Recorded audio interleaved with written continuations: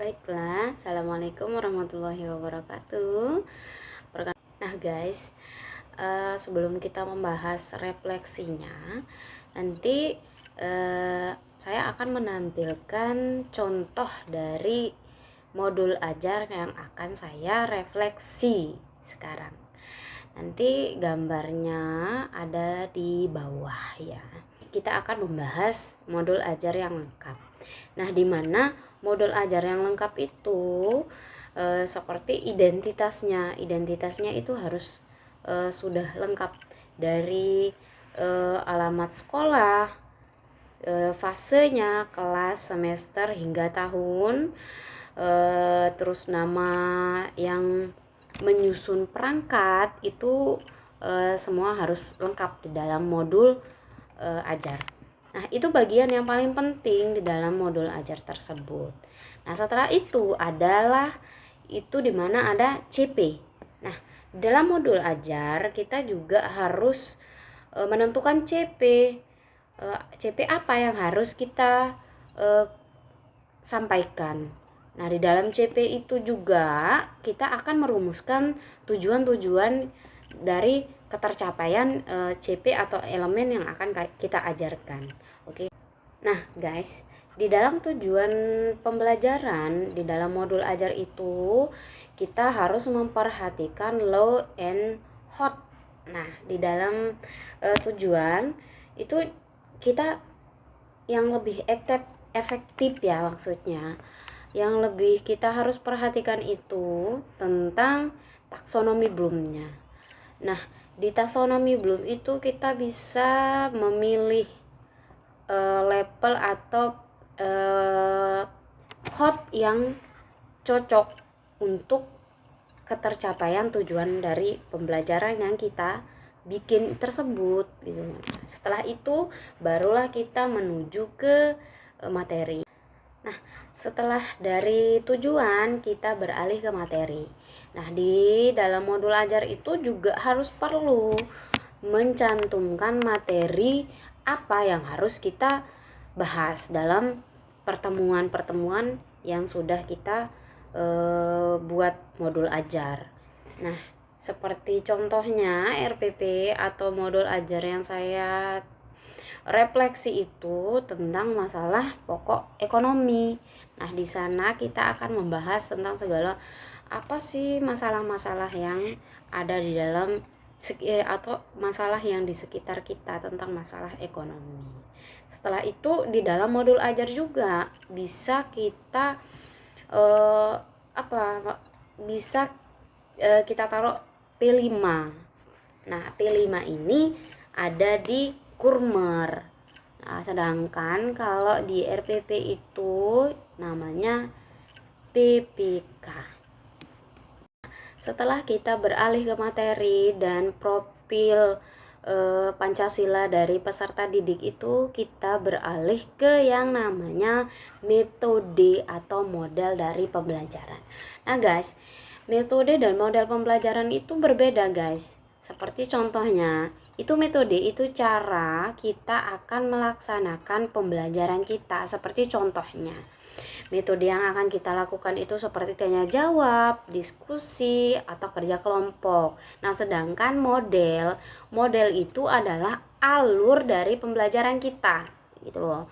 Kayak misalnya contohnya itu kita memberi model kayak sekarang itu kita harus fokus ke PBL, Problem Based Learning atau PJBL, Project Based Learning. Setelah sarana dan prasarana, di sini juga kita butuh yang namanya pendekatan. Nah, sebelum kita masuk ke materi juga di dalam kelas, kita juga butuh pendekatan. Nah, pendekatan ini bisa seperti mengetahui keberagaman peserta didik kita seperti apa, dan gaya belajar peserta didik kita seperti apa, kebutuhan dari peserta didik kita itu.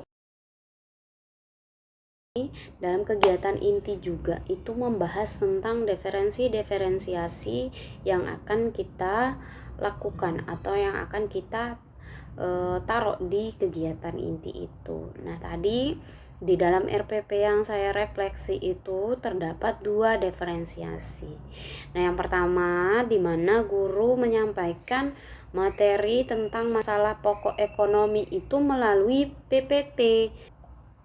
Di dalam rancangan modul ajar itu juga tidak terdapat PPT saja. Nah, di sana guru juga memberi link video yang berasal dari YouTube. Nah, di sana di dalam video itu membahas tentang masalah pokok ekonomi yang ada di sekitar. Jadi, konten yang dibuat atau yang diterapkan di modul ajar itu termasuk di diferensiasi kontennya. Nah, setelah itu guru memberi cara dalam mengerjakan tugas-tugasnya.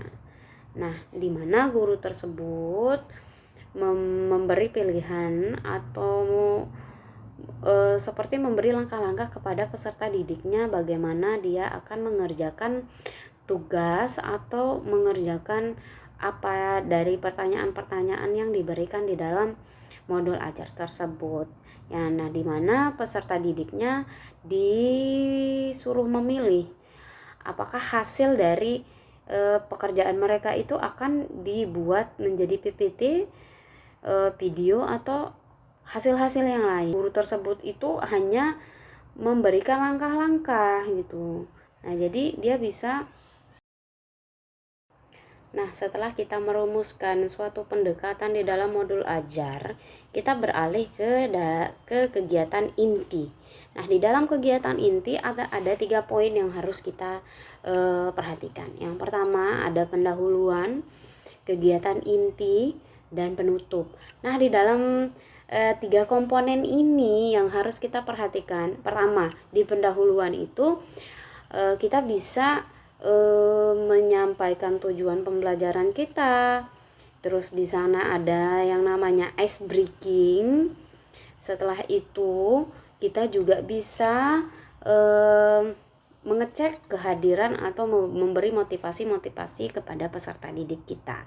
Nah, yang kedua, ini ada kegiatan inti. Nah, di dalam kegiatan inti ini kita merancang suatu diferensiasi. Nah, di mana kita juga di sini bisa membuat diferensiasi yang sesuai dengan